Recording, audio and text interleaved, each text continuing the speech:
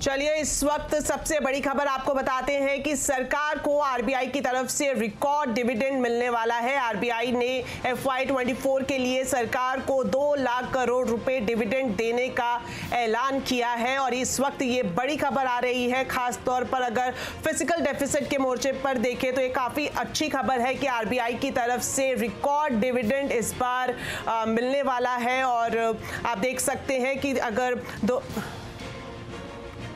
वित्त वर्ष 2024 के लिए ये बड़ा ऐलान किया गया है और क्या कुछ डिटेल्स है इसके लिए अब सीधा चलते हैं हमारे economic policy editor Laxman Roy के पास। तो लक्ष्मण जी बताएं, आरबीआई ने सरकार को रिकॉर्ड डिविडेंड का फैसला लिया है, क्या कुछ डिटेल्स हैं आपके पास?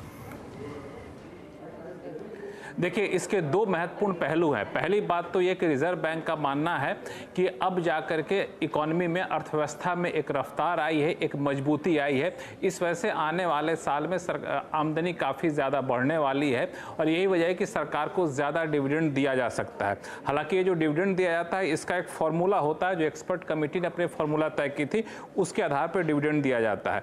और इस आर्थिक हालात की समीक्षा के बाद ये पाते हुए कि अब मजबूती दिख रही है, लंबे समय तक मजबूती रहेगी। ये जो सीआरबी होता है, दरअसल एक फॉर्मूला होता है जिसका कंटीजेंट रिस्क बफर होता है, उस बफर को बढ़ा करके 6.5% करने का फैसला लिया गया पिछले साल के मुकाबले। और ऐसा करने से आरबीआई के पास ज़्यादा सरप्लस पैसा होगा और उसके तहत अब आरबीआई ने यह तय किया है कि 2,10,874 करोड़ रुपए केंद्र सरकार को दिए जाएंगे। तो ये तो रही बात कि अर्थव्यवस्था में मजबूती है, पैसा ज़्यादा आएगा, अब वो पैसा सरप्लस दिया जाएगा केंद्र सरकार को। लेकिन केंद्र सरकार के लिए ये बहुत बड़ी राहत की बात कही जाती है क्योंकि रिजर्व बैंक से इतना ज्यादा पैसा आना, 2.11 लाख करोड़ रुपया, वो फिस्कल डेफिसिट के मोर्चे पर एक बड़ी राहत सरकार के लिए कही जाएगी। अब 31 मई को फिस्कल डेफिसिट के जो नए आंकड़े आएंगे उसमें आप देखेंगे फिस्कल डेफिसिट का जो रिवाइज्ड एस्टिमेट 5.8% रखा गया था, उससे भी कम फिस्कल डेफिसिट आने की अब संभावना काफी ज्यादा बन गई है। क्योंकि इससे पहले 2022-23 में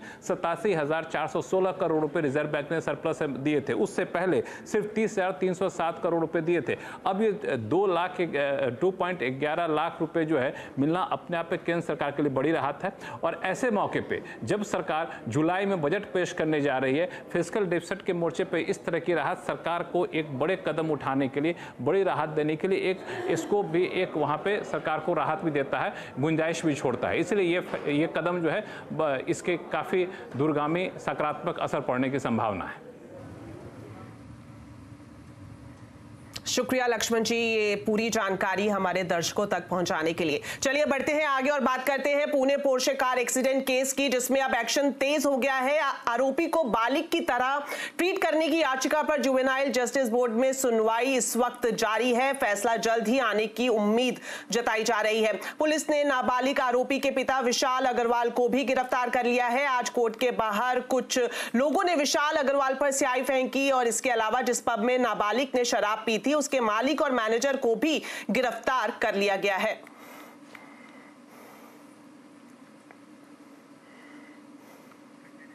वहीं इस पूरे मामले में मृतक अश्विनी कोष्टा के पिता ने मीडिया से कहा है कि तेज गाड़ी चलाने वालों पर सख्त कार्रवाई होनी चाहिए।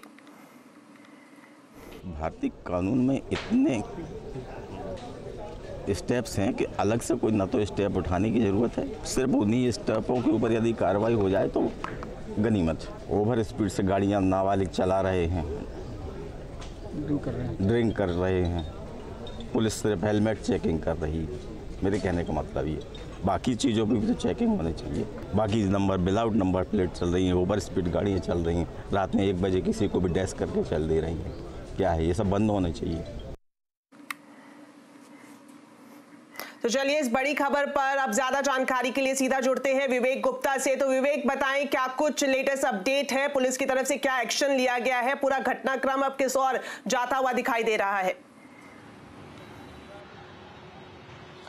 बिल्कुल दीपाली, देखिए ये जो पूरी घटना घटी है, अब इसमें एक बड़ा अपडेट आने वाला है। शाम को 4:30 बजे जुवेनाइल जस्टिस बोर्ड ये तय करेगा कि आखिरकार जो नाबालिग है जिसने ओवर स्पीडिंग की वजह से 2 लोगों की जान चली गई थी, उसे एडल्ट ट्रीट किया जाए या ना किया जाए। आपको बताना चाहेंगे कि जब पहली बार ये पूरा मामला जुवेनाइल जस्टिस बोर्ड में किया गया था तो जुवेनाइल जस्टिस बोर्ड ने उसे नाबालिग ट्रीट किया और 300 वर्ड का ऐसे लिखने का और 15 दिन ट्रैफिक पुलिस के साथ काम करने का आदेश जारी किया था। उसके बाद कई सवाल जुवेनाइल जस्टिस बोर्ड पे खड़े हुए थे। फिर ये पूरा मामला सेशन कोर्ट गया कि उसे एडल्ट ट्रीट किया जाए। पूरे पुलिस ने कोशिश की थी, लेकिन वापस सेशन कोर्ट ने बोला कि रिव्यू किया जाए क्योंकि मामला काफी ज्यादा संगीन है, हीनस क्राइम है, इसलिए वापस ये जुवेनाइल जस्टिस बोर्ड के पास गया और आज शाम 4:30 बजे ये तय हो जाएगा कि जुवेनाइल जस्टिस बोर्ड इस पूरे मामले में क्या फैसला लेती है। लेकिन आज पूरा दिन पुणे में एक्शन भरा रहा, जहां एक तरफ पुणे म्युनिसिपल कॉर्पोरेशन ने अलग अलग पब जो इलीगल तरीके से बनाए गए थे उसमें तोड़ा कार्रवाई की। 2 से 3 पब में जो इलीगल कंस्ट्रक्शन से उसे तोड़े गए। और एक और डेवलपमेंट सामने आया कि पुलिस इन्वेस्टिगेशन में पता चला है कि जो नाबालिग लड़का है जो पोर्शे कार चला रहा था, उसके दादाजी और पिताजी का जो रिलेशन है वो अंडरवर्ल्ड डॉन छोटा राजन से भी जुड़ते हुए नजर आए हैं। पुराने रिकॉर्ड्स में पता चला है कि उनके दादाजी ने अंडरवर्ल्ड डॉन छोटा राजन से संपर्क कर फायरिंग कराई थी। तो पूरी की पूरी जो फैमिली है वो काफी ज्यादा विवादित है। पुणे में पूरी फैमिली का तकरीबन 600 से 700 करोड़ रुपए का बिजनेस है। इस पूरे मामले में दीपाली काफी ज्यादा लूपहोल्स देखे गए। पहला लूपहोल देखा गया कि जब पोर्शे जो है बैंगलोर से रजिस्ट्रेशन कर टेम्पररी रजिस्ट्रेशन नंबर होता है, जब वो महाराष्ट्र में आई, महाराष्ट्र में आने के बाद कोई भी रजिस्ट्रेशन नंबर की एप्लीकेशन या अप्लाई नहीं किया गया। पुणे जैसे शहर जो हिंदुस्तान का आईटी हब है और स्टूडेंट हब है, उससे एजुकेशन हब है, उस शहर में पोर्शे जो है विदाउट नंबर प्लेट चलती रही, लेकिन इसकी नजर ना ही पुणे पुलिस को पड़ी ना ही पुणे ट्रैफिक पुलिस को पड़ी। तो बड़े लूपहोल्स इसमें देखे गए हैं और पूरे मामले अब राजनीतिक करवट लेते जा रहे हैं। जब ये नाबालिग को पुलिस ने गिरफ्तार कर पुणे के रेवड़ा पुलिस स्टेशन में ले गए थे, तो रात को 3 बजे अजीत पवार गुट के एनसीपी विधायक सुनील टिंगरे वहां पे पहुंचे थे। विपक्ष को एक मौका मिल गया कि सुनील टिंगरे क्या उस बच्चे को बचाने गए थे, क्या पुलिस के ऊपर प्रेशर करने गए थे, उसको लेकर विपक्ष ने बड़े बड़े आरोप लगाए। यही वजह है कि देवेंद्र फडणवीस कल खुद जो महाराष्ट्र के डिप्टी सीएम है वो पुणे गए। पुलिस हेडक्वार्टर में उन्होंने वहां पे मीटिंग ली और ये दावा किया कि इस पूरे मामले में सख्त कार्रवाई की जाएगी, किसी को भी बख्शा नहीं जाएगा। और पुलिस की तरफ से पूरी कोशिश होगी कि जुवेनाइल जस्टिस बोर्ड में जो नाबालिग हैं उसे एडल्ट ट्रीट किया जाए। तो अब सबकी नजरें शाम 4:30 बजे है कि जुवेनाइल जस्टिस बोर्ड इसमें क्या फैसला देता है। लेकिन जिस तरीके से देवेंद्र फडणवीस ने बयान दिया है और जिस तरीके से पुणे पुलिस कॉन्फिडेंट है, उनका कहना है कि जो पक्ष है जुवेनाइल जस्टिस बोर्ड का उनके फेवर में आएगा। दीपाली ओके, ठीक है विवेक, आप इस पूरे मामले पर नजर बनाए रखिए, आगे भी आपसे अपडेट हम जरूर लेंगे। वहीं इस पूरे मामले में सियासत भी तेज हो गई है। राहुल गांधी ने वीडियो एक्स पर पोस्ट किया है जिसमें उन्होंने कहा है कि नरेंद्र मोदी 2 हिंदुस्तान बना रहे हैं जहां न्याय भी दौलत का मोहताज है।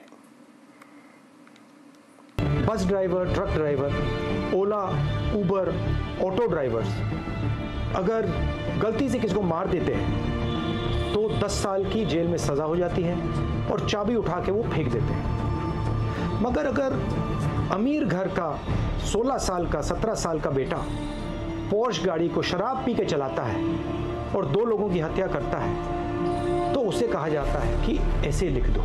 ऐसे ट्रक ड्राइवर से, बस ड्राइवर से क्यों नहीं लिखाते? उबर ड्राइवर, ऑटो ड्राइवर से क्यों नहीं लिखाते? नरेंद्र मोदी से पूछा गया कि 2 हिंदुस्तान बन रहे हैं, एक अरबपतियों का, एक गरीबों का। उनका जवाब आता है क्या मैं सबको गरीब बना दूं? सवाल ये नहीं है, सवाल न्याय का है। अमीरों को, गरीबों को, दोनों को न्याय मिलना चाहिए। न्याय सबके लिए एक जैसा होना चाहिए, इसीलिए हम लड़ रहे हैं।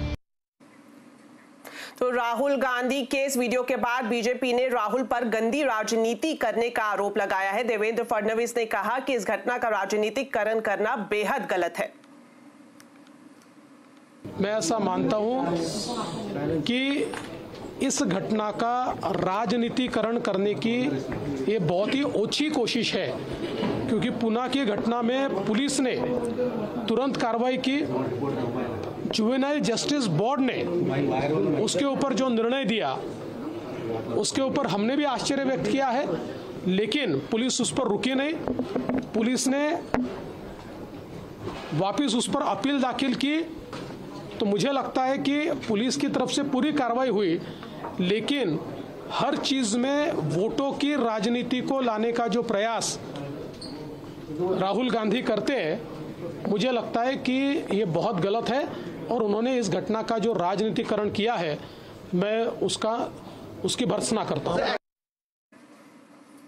चलिए, इस मामले में इस वक्त बड़ा अपडेट आ रहा है। पुणे हिट एंड रन मामले में आरोपी के पिता को 5 दिन की पुलिस रिमांड दे दी गई है। तो आज कंज्यूमर अड्डा में हम करेंगे बड़ी चर्चा इसी मसले से जुड़ी हुई। क्या पोर्शे कांड के पीड़ितों को मिलेगा इंसाफ और क्या है नाबालिग के लिए कानूनी प्रावधान, जानने के लिए जरूर देखिए कंज्यूमर अड्डा आज शाम 5:57 पर।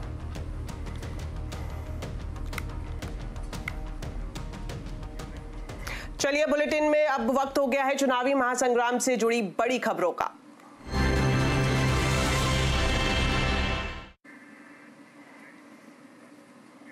पश्चिम बंगाल के संदेश खाली को लेकर गृह मंत्री अमित शाह ने ममता सरकार पर बड़ा हमला बोला है। न्यूज 18 इंडिया से एक्सक्लूसिव बातचीत में अमित शाह ने कहा है कि बंगाल में महिला मुख्यमंत्री की नाक के नीचे धर्म के आधार पर महिलाओं का शोषण हुआ है। क्या आपको लगता है संदेश खाली एक बड़ा टर्निंग पॉइंट रहा बंगाल के इलेक्शन का? संदेश खाली चुनावी मुद्दा नहीं है जी।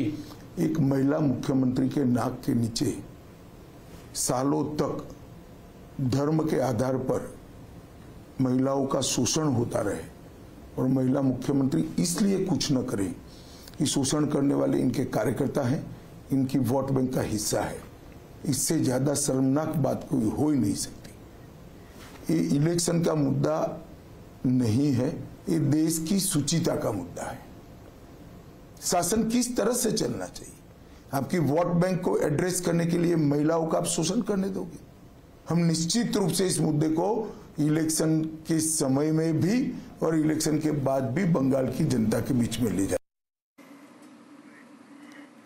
तो 5वें चरण के मतदान के बाद एनडीए और इंडिया गठबंधन के लिए जीत के अलग अलग दावे किए जा रहे हैं। किसके दावे में है कितना दम, आज चुनाव अड्डा में इसी पर करेंगे बड़ी चर्चा शाम 7:57 पर।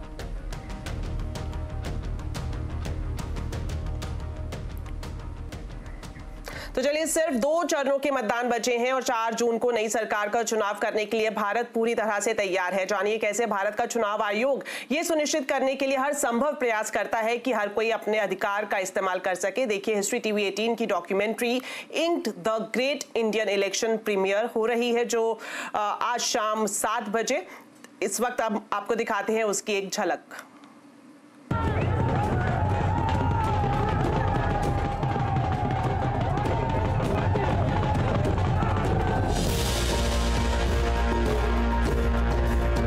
भारत के आम चुनाव दुनिया का सबसे बड़ा लोकतांत्रिक चुनाव। इसकी जटिलता और पैमाना किसी महाकाव्य से कम नहीं है।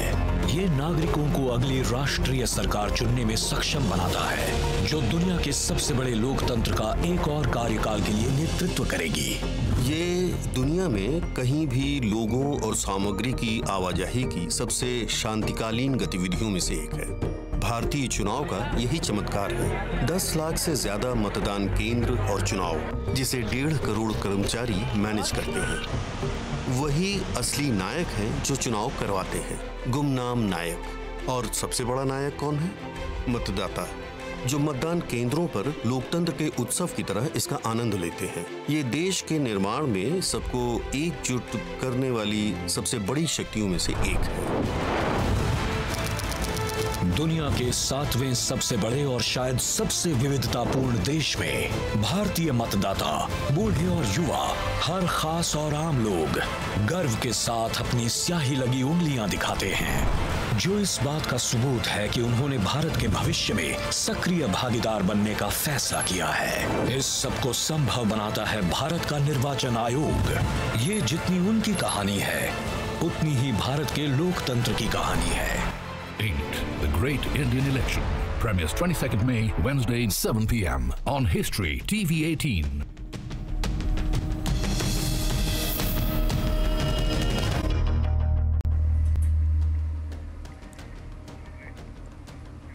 ब्रेक के बाद आपका स्वागत है। अब बात करते हैं बाजार की। आज हफ्ते के तीसरे दिन बाजार के आखिरी घंटे में अच्छी रिकवरी हुई। सेंसेक्स 267 अंक चढ़कर 74,221 पर बंद हुआ।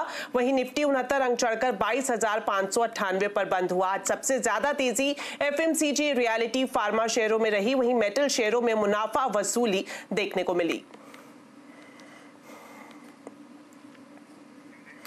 दिल्ली की अवैध कॉलोनियों में रहने वाले लोगों के लिए अच्छी खबर है। शहरी विकास और पेट्रोलियम मंत्री हरदीप सिंह पुरी ने हमसे एक्सक्लूसिव बातचीत में कहा है कि सरकार बनने के बाद दिल्ली की अवैध कॉलोनियों को नियमित किया जाएगा। उन्होंने आगे ये भी कहा कि ग्लोबल टेंशन को देखते हुए प्राइवेट कंपनियां रूस के साथ तेल खरीदने के लिए बातचीत कर रही हैं और जरूरत हुई तो गल्फ देशों से भी तेल खरीदेंगे।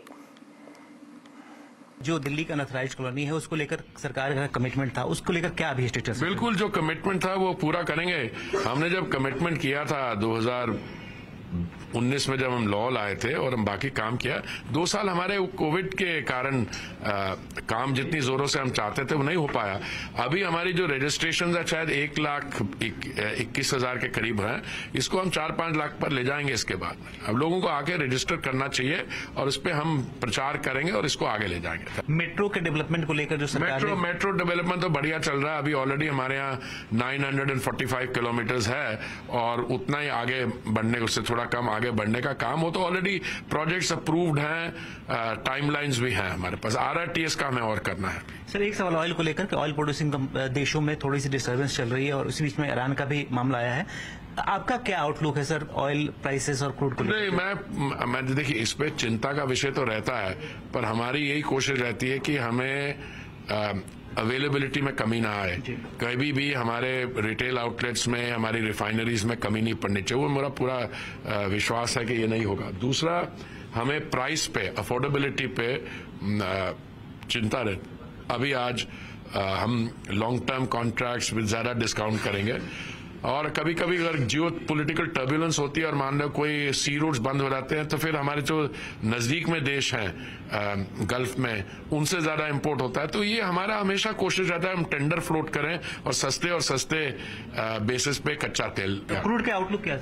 मुझे लगता है ठीक है, इस समय तो we are around $82 a barrel, तो इसी आसपास ही रहिए।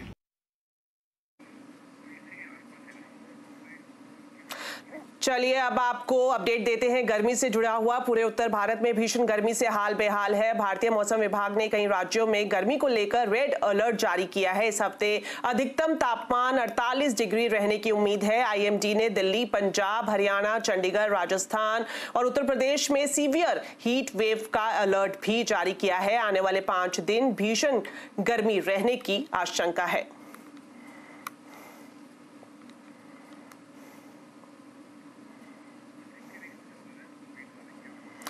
सरकार ने गेहूं खरीद के पिछले साल के आंकड़े को पीछे छोड़ दिया है। इस साल FCI ने अब तक 262 लाख टन गेहूं की खरीद की है और अच्छी बात यह है कि अब भी ये खरीद जारी है। इस खबर पर विस्तार से जानकारी देने के लिए अब सीधा जुड़ रहे हैं मेरे सहयोगी असीम मनचंदा। असीम, बताएं क्या है पूरा अपडेट?